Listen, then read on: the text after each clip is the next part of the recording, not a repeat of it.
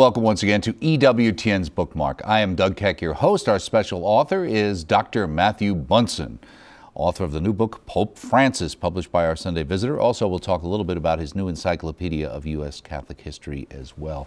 Great to have you here. Wonderful. I'm delighted. You know, if we can get a clip to show the two of us back about 16 years ago in the first set of bookmarks that we ever did back in September '97. I remember that. We were all of us much younger. You look just as good. I have aged dramatically. I was thinking exactly the opposite. But we actually had that way back when, right. and it's interesting because that was, I think, an encyclopedia on Catholic history. Catholic history. Right. We'll talk a little bit about the U.S. Catholic history Sure. book as well. But this is the one. This is the hot item, as they say. This is the one just off the press. In fact, when I read it, I had to read it basically the manuscript here, quote unquote, right. Or a galley, as they'd say. And, right. So we have a book, Pope Francis. Now we're talking weeks out from his election. You were just on with Father Mitch talking about this as well. It was. How does somebody sitting out there say, how does somebody as prolific, even as a Matthew Bunson might be, right. how do they get a book out on somebody's life so quickly? Well, first, of course, there's technology which allows that today. Mm-hmm. The other is, I like to say, just a lot of hard work and an enormous amount of prayer. Mm-hmm. And actually, I'm serious when I say that, that the process for a book like this, everything can really pack together in just a few days, about a week or so. And the best analogy would be being locked in a room with someone and spending literally day and night with them. And you get to know them. Is that how you feel about our new Holy Father? I do. Okay. It was an intense experience of reading all of his homilies from the last years, as many of his writings. And that's where you use the internet for a lot of that material? Exactly. Was a lot of it in English? No, only in Spanish. Okay. Do you read Spanish then? Fortunately, okay, yes. You do, okay. Because he speaks in Italian almost all the time now, right? He speaks in Italian with that delightful Spanish accent. So it was a little hard to follow him the first night when he came out on the loggia. A lot of people had trouble understanding exactly what he was saying. Yeah, well this is a book, too, that I had to research in about 5 or 6 different languages. Okay. And that was itself challenging. But a remarkable testament to how well known he was and how much information there was about him even before he was elected, even though his election came as such a major surprise. So you're really compressed in spending this time with him. Well, let me ask you about that too, because a lot of people would say, and I remember out of the when Pope Benedict was elected, right. There was one magazine publisher who I know had a book, and he wanted to do a book based on whoever the Pope was going to be. So it kind of laid out all the background information they could, then kind of looked at the different people, and when it was Pope Benedict, you know, Cardinal Ratzinger, he was thrilled because he had an article that he had interviewed and he was able to put it together. So in a sense, they were just waiting for that piece. Was that the case in this book? No. This is, I wrote in my introduction to it that in a way this book started in 2005. And I say that because we know from the rumors and what people have said that Cardinal Jorge Mario Bergoglio was the cardinal who received the most votes, second only to Cardinal Ratzinger in that conclave, that of course happily elected him Pope Benedict XVI. Right. So I had been doing research. We did a similar book in '05 on Benedict. And I had the research for a lot of Bergoglio's life and his writings in case he was elected. Of course, he drops off the radar in a way for the next 8 years, at least in terms of the world's media. For those of us who follow the church like you do, he was still a rather significant presence, especially in Latin America. We look at 2007 at Aparecida, Brazil, and all. Well, we were aware of him as well because we remember when that word was out that he had been the other one. And we have actually done, as people have seen now, had featured him and worked with him on some programming out of Argentina. Yeah. We have a series of reflections that he did for a couple of series, 3 different series of ours, and a couple of interviews that we have that we've been putting out. Right, as well. And in fact, I quote that series. Right, and you do in the book, and in fact, we have a nice letter that he wrote us in November of 2010, being very supportive of our work. So exactly, great. Which is very much in keeping with his style too, because he's somebody who is trying to build Catholic culture in Argentina, and EWTN, of course, is such an essential component component in that, especially in the new evangelization, in the use of all new media. Right. So your interviews are actually very valuable in getting a sense too for things like his teachings on the Eucharist,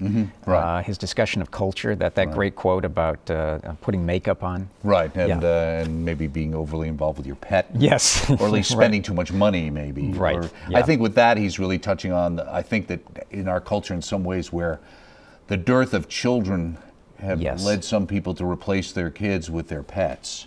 And in certain cases, it makes sense. In other cases, you know, it seems to be like it's easier to have a pet than have a kid. Yeah. So. Or that survey that came out a couple of years ago where they were asking the dinks, double income, no kids, they have to weigh the cost benefit between having a kid or buying a yacht. Right. I think that's the thing. That's the kind of thing he's really talking about. Right. Now, you talk about in the introduction to this book that this book is the story of two journeys. What are these two journeys you're talking about? Well, the imagery really struck me on the very night he was elected, that we had on the one hand the journey of the church from February 11th with the announced resignation of Pope Benedict, and then from February 28th, the journey through the Sede Vacante, in which the church was without a shepherd, without a successor to Peter. One of her members in Buenos Aires started his own journey around the same time as Benedict's resignation, actually a little before it, that he was going to travel from the place that he loved in Buenos Aires as its archbishop. He referred to it as his esposa, his spouse. That's in keeping with the traditional theological image of a bishop being married to his diocese. And he traveled to Rome. And sort of those two journeys came together, as I write, under the gaze of the Last Judgment in the Sistine Chapel. And now they're going to be journeying together.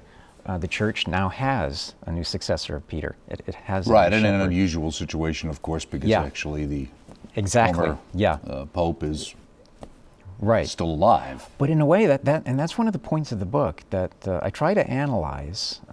We talk about the issues of the cardinals. Because you did a book on Pope Benedict, right? I did, yeah. Which was so a were joy. you surprised he resigned based on you having looked into his life and his research? I was taken aback. I mean, most people obviously were surprised, we were. But I'm just wondering. But when we look back, the whole Celestine V episode, in which he left his pallium at the tomb, his interview with Peter Zewald, in which he uses the phrase that under certain circumstances a pope might have the responsibility to resign, things like that were vital clues. I've had the chance to see him in Rome every time over the last 5 years or so, and I have to say that each time he was looking worse. And I know you saw it too. Right. We all did, and I was very concerned when I saw him in October, just that he looked so frail. Right. And then around Christmas. So all of these things I think were coming together. So we probably should not have been surprised, but it was still heartbreaking in a way because this is somebody we loved. Right, and it was also different because there had been such a sense with John Paul II that you know a father doesn't resign, and we went through that, and this was so different, and they were so close. But maybe he saw things that he thought in the world we live in today that you just need to have a pontiff who's on top of things. There's just too much going on. Well, and that was what was striking about those last days with Benedict, where he's helping people to understand it. I mean, the genius I think he had in making that announcement on the February 11th, it just wasn't some terse, short resignation and I'm gone. He gave people a chance to work through it emotionally, but also spiritually. And what was the stress in those last days in his homilies on service? When he says, I'm not abandoning the church, I'm serving the church in another way. And he always stressed that the Petrine ministry is inherently one of service. And that's a profound way of approaching it, I think. And when he realized that he could not serve the Petrine ministry, fulfill the Petrine ministry to the degree that it needs to be, he still found a way to serve and to live his life in service. So it was a wonderful approach, I think, but it was also an exercise in profound humility, but also of great prudence. Well, it's interesting, too, with that, because you would think, I mean, the greatest humility in the world, I mean, he's under no obligation to step back. He could effectively go to bed in the papal apartment and sit there for the next 5 years, and no one can say that you have to do anything else. And so you see that humility, and then you see Pope Francis, and they talk about the humility, but Pope Francis right away jumped on it trying to say, listen, you know, there's no one more humble than Yes. Pope Benedict. That's it. You know, and that's, sometimes it's seen in different ways and manifested in different ways. Exactly. Right. And that thread then of humility, of service, is one of those great transition points from Benedict to Francis. And in exactly the same way that Francis has been demonstrating from the get-go, this perfect continuity, contrary to what a lot of people in the press would like to think. Right. Perfect continuity with the teachings of the popes who've gone before him. Well, a lot of people, because they say, and you say Pope Francis is a pontiff of many firsts, and he's done certain things, and I think, like you're saying, like Francis of Assisi, Pope Francis wants the church to be poor in spirit, to be humble and Christ-like, in a prophetic voice to the weak, the vulnerable, the forgotten, and the defenseless. Now, the media likes that. Right. Everybody thinks that's a wonderful thing. But then you go on to point, but Francis of Assisi was also a reformer, one of the most significant in church history. Yes. And that's the part that kind of gets dropped off. It's like the second sentence that gets dropped off. Yeah, right? Exactly. In the same way that a lot of people in the media love to focus on his humility, because in a way that's easier to dismiss. Mm-hmm.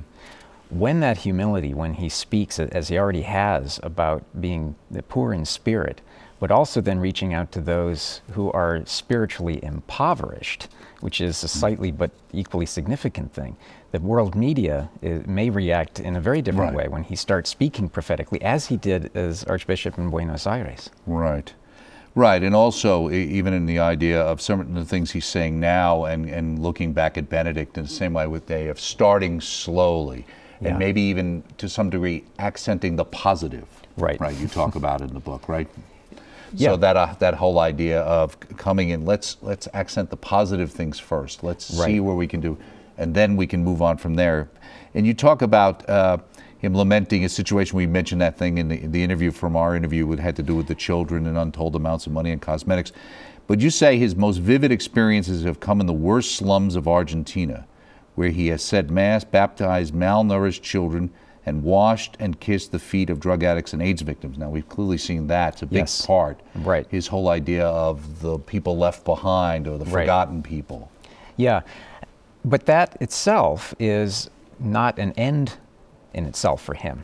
And he always talks about the fact that we can't be an NGO, we can't be some sort of like a charity. Right, what's an NGO? A non-government organization. So those are the groups that are good charitable organizations that do good works. Right. But it's kind of like the separation between what is really motivating you. Is it just a humanistic approach or is it a Christ call? Right. Which he says everything's about Christ. Yeah, right? and you've hit exactly on the word of Christ, that whatever we do has to be rooted in Christ. It has to be rooted in charity. And for those who would then say, well, he's such a total break from Benedict, I would say just go back and read Benedict's encyclical Deus Caritas Est, in which he says exactly the same thing, and even talks about the fact that we cannot reduce the church to being simply a charitable organization that feeds people. It has to have that grounding in Christ, and that's exactly what Francis says. Right, and at the same time, the challenge for many of us who tend to be Orthodox or try and follow, to realize it's not a set of rules either that only happens, that there's that middle where everything meets, where the heart of the church is. Right. You know? Yeah, I think one of the things that he encountered too in the, what are called the Villas Miserias, the worst slums in Argentina, is that life for these people is dangerous. It is also very messy. And pastoral care has to be grounded in a way that helps them the most. And I think that's one of the things that he's been trying to do in Argentina and has for many, many years. Right, and sometimes in that's where people claim or get concerned that he plays a little too fast and loose with things, but that's not your sense. No, I don't. In fact, he was, as a cardinal, he was on the Pontifical Congregation for the discipline of sacraments and other things, so he certainly knows good liturgy. What he recognizes also, though, is that people need pastoral care, and under very difficult and unusual circumstances sometimes. Right, and he's also someone who suffered himself because he had that lung infection, so he's only got one lung. Well, he has a part of one lung. Is that what it is? Well, yeah, the infection caused the removal of part of the upper part of his right lung. Okay. And which, of course, was immediately the media sensation right after his election, asking it, well, is he actually going to be physically fit enough?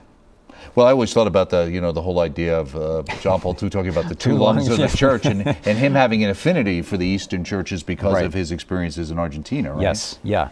He was the ordinary for Eastern Catholics who themselves had no ordinary. So he's deeply experienced in the spirituality, the theology, and the liturgy. And when we say ordinary, we mean he's the bishop, basically. Yes, right. So he brings then this wealth of experience about Eastern Catholic churches, about the Eastern churches in general. He's vastly experienced in the area of interreligious dialogue.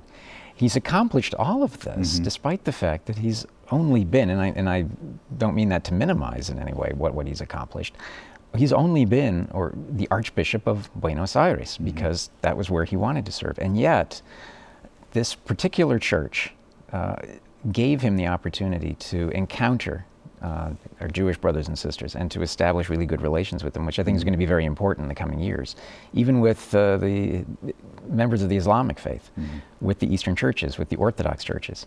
So he was much more experienced about the state of the universal church than anyone probably would have even imagined. And you talk about in the book where he seemed to have not been overly interested in getting involved with curial situations, staying where he is, as opposed to going to Rome and being too involved. Right. And at the same time, there's some sense for the cardinals who elected him that the fact that he could run a diocese as large as Buenos Aires, that maybe gave him the capability to get involved as much as he's worried about the poor, but someone who could deal with Rome. Yes, yeah. Somebody who, because he's been a cardinal, he's aware of the problems that the Curia has had in recent years. I'm not one of those who likes to constantly accuse a Curia of, to borrow the phrase from a rather famous science fiction film, a more wretched hive of scum and villainy. I mean, that's simply not the case. And he's aware of that too. He's talked about the fact that you have in the Curia so many hardworking men and women. But at the same time, he also knows it needs reform, because the church always needs reform. Well, you know, bureaucracies breed themselves, and the people who work with them are doing many times what they were asked to do and what they believe is the right thing to do, and it's the way it's been done. Yeah. And the question is, how does it need to be done going forward, and how can we make it better? Because everything has to change. Right. And there especially in the world we live in today. That's absolutely essential today, but especially going back to one of the words that we've used in our discussion here is service. And a number of cardinals in their general congregations leading up to the conclave stressed that the Curia has to be at the service of the Petrine ministry, or it's not fulfilling the function for which it was created. I mean, we're going back to the time of Innocent III in the Middle Ages, when the Curia really began to form to assist in the fulfillment of the Petrine ministry. And if it's not doing that, then it needs reform. And I think Francis certainly recognized that. We know because he talked about that with the other cardinals. Well, let me ask you about this. I mean, you watch him, you see a man who obviously, in a sense like a Mother Teresa, you can see he sees Christ right in front of him, and he moves from one Christ to another. Now, and that ties me into 1953. September 21st, 1953. You have it in the Quran here in the beginning, and you talk about it later in the chapter where you talk about his life. You say, after confession, he receives an overwhelming experience of God's loving mercy that directs him toward the religious life and the priesthood. In your research, is there any greater understanding of what exactly he's talking about? What is that experience? I think it's something that we're going to be learning more about as he teaches.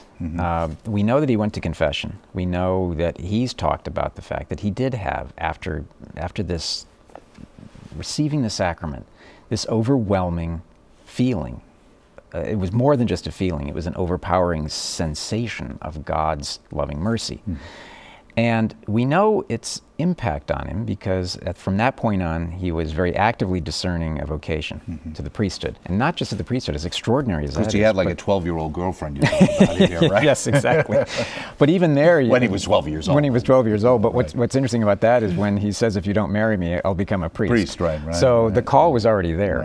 What this helped to do, I think, was to crystallize it. And we know the impact that this event had, because when he was appointed a bishop in 1992, he took as his episcopal motto, miserando atque eligendo, which I've talked to numerous Latinists, and you've probably noticed in the media, no one is exactly sure how to translate this, but it means basically with mercy chosen. And it's from Bede's, the Venerable Bede's 21st homily on the call of St. Matthew. And the actual line is, Christ, seeing this tax collector with the eyes of mercy, called him and said, follow me. Of course, the feast of St. Matthew is September 21st.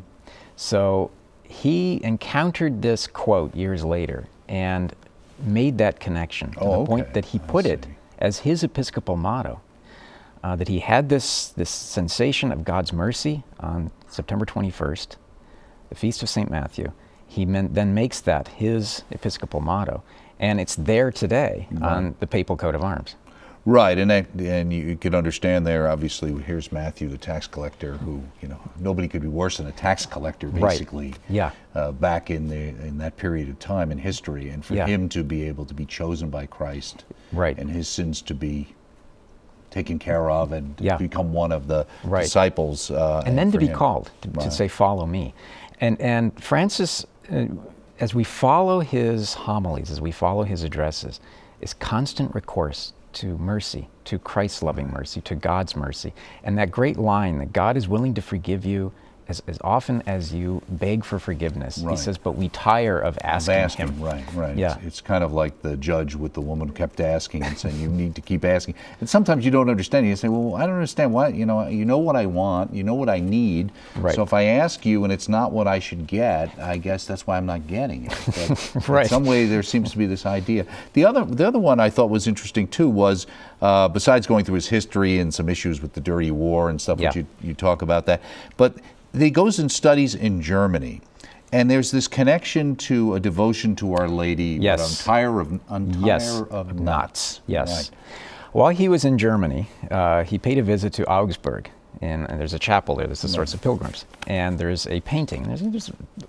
I can give the story very briefly. It dates back to the 17th century. A German nobleman whose marriage was coming apart went to a priest in the area who was very respected for his wisdom, and explained the situation. And in order to help this nobleman understand better his plight and how to solve it, he took a ribbon that had been tied into knots and slowly undid the knot.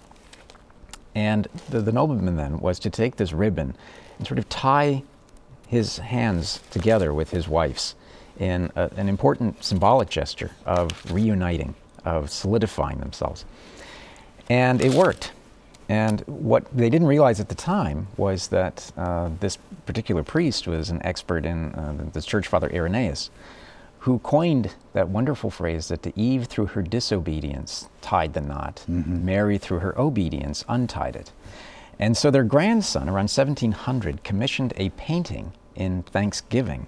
At the time, he also set up an altar, paid for an altar. And it was Mary, or the Virgin, Untier of Knots.